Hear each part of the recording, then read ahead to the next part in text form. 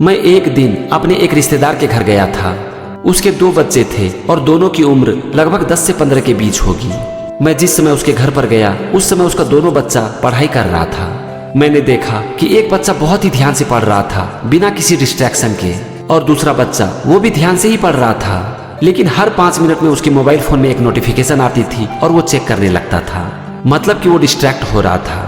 दोनों में से जो बच्चा ध्यान से पढ़ रहा था बिना किसी डिस्ट्रैक्शन के, मैंने उससे पूछ दिया कि तुम्हारे पापा ने तुम्हें मोबाइल फोन नहीं दी है? तुम्हारे भाई के पास तो मोबाइल फोन है लेकिन तुम्हारे पास तो है ही नहीं। तो उसने जो जवाब दिया ना, वो सुनकर मैं हिल गया, क्योंकि उस दिन मुझे ये पता चल गया कि मोबाइल एडिक्शन का असली कारण क्या है।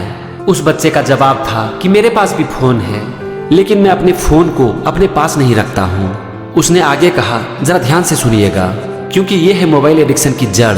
मैं अपने मोबाइल फोन को अपने से कम इतना दूर रखता हूँ कि उसे टच करने के लिए मुझे अपने सीट से उठना पड़े। दोस्तों, ये है मोबाइल एडिक्शन का असली कारण, जो कि मैंने उस दिन उस बच्चे से सीखा।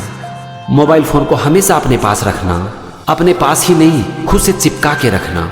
हम जब खाते हैं, बैठते हैं, कुछ काम करते हैं या फिर अपने दोस्तों से बातें करते हैं, तो उस समय हमारा मोबाइल फोन हमारे पास ही होता है, और यही कारण है कि हम हमेशा मोबाइल फोन को टच करते रहते हैं। और अगर हम एक बार मोबाइल फोन को टच करते हैं तो फिर उसमें हम खो जाते हैं और दिन कैसे निकल जाता है पता ही नहीं चलता।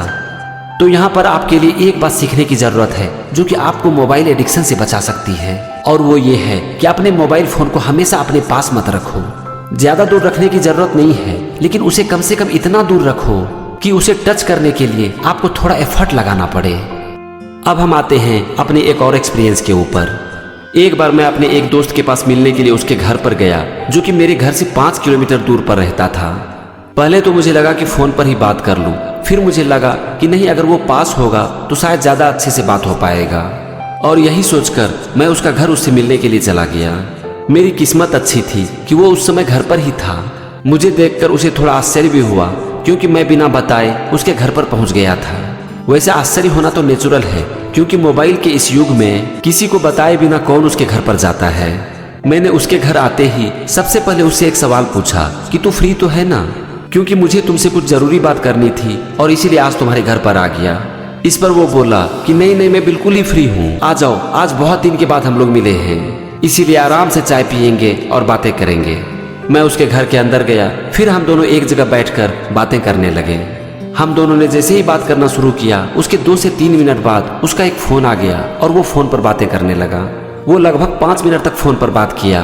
उसके बाद उसने फोन रख दिया और फिर हम दोनों की बातचीत फिर से शुरू हो गई। 5 मिनट के बाद फिर उसके फोन की रिंग बजी। उसने फोन उठाया और फिर किसी से बात करने लगा।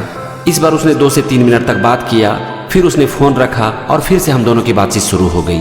मैंने देखा कि हम दोनों के 1 घंटे की बातचीत में लगभग उसका 8 से 10 बार कॉल आया, और उसने हर बार फोन रिसीव किया और उनसे बात की, जैसा कि हम सब के साथ होता है।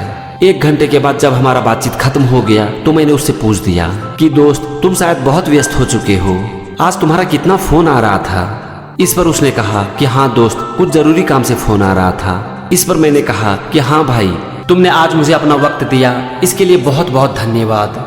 यह बोलकर मैं उसके घर से निकल गया।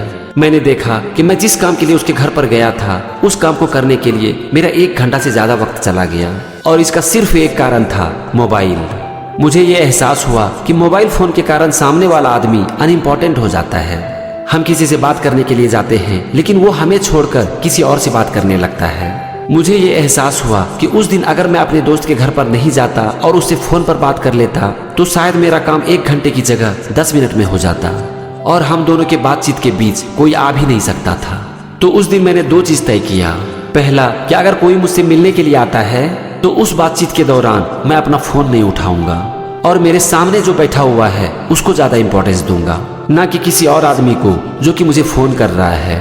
और दूसरा, कि अगर मुझे किसी से कुछ जरूरी काम है तो मैं उसके पास नहीं जाऊंगा, फोन पर बात कर लूंगा।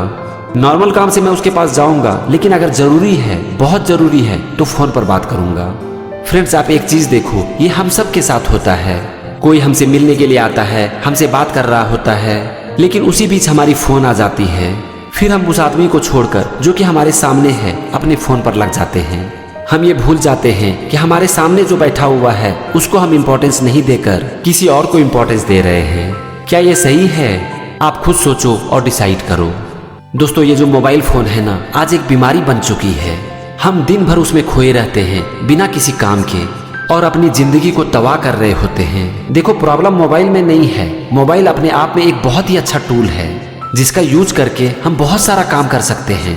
प्रॉब्लम ये है कि ये हमेशा 24 घंटे हमारे पास रहता है। बस आप खुद को इससे बचा लो कि मोबाइल फोन को हमेशा अपने पास मत रखो, और जब कभी भी आपसे कोई बात कर रहा हो तो सामने वाले को इंपॉर्टेंस दो, ना कि किसी ऐसे व्यक्ति को जो कि कहीं दूर में बैठ के आपसे कांटेक्ट कर रहा है। तो फ्रेंड्स, आज का ये टॉपिक यहीं पर समाप्त करते हैं और मिलते हैं किसी अगले वीडियो में। मैं भगवान से दुआ करता हूँ कि वो आपको मोबाइल एडिक्शन से बचाए ताकि आप अपने हर सपने को पूरा कर सको। जय हिंद, वंदे मातरम।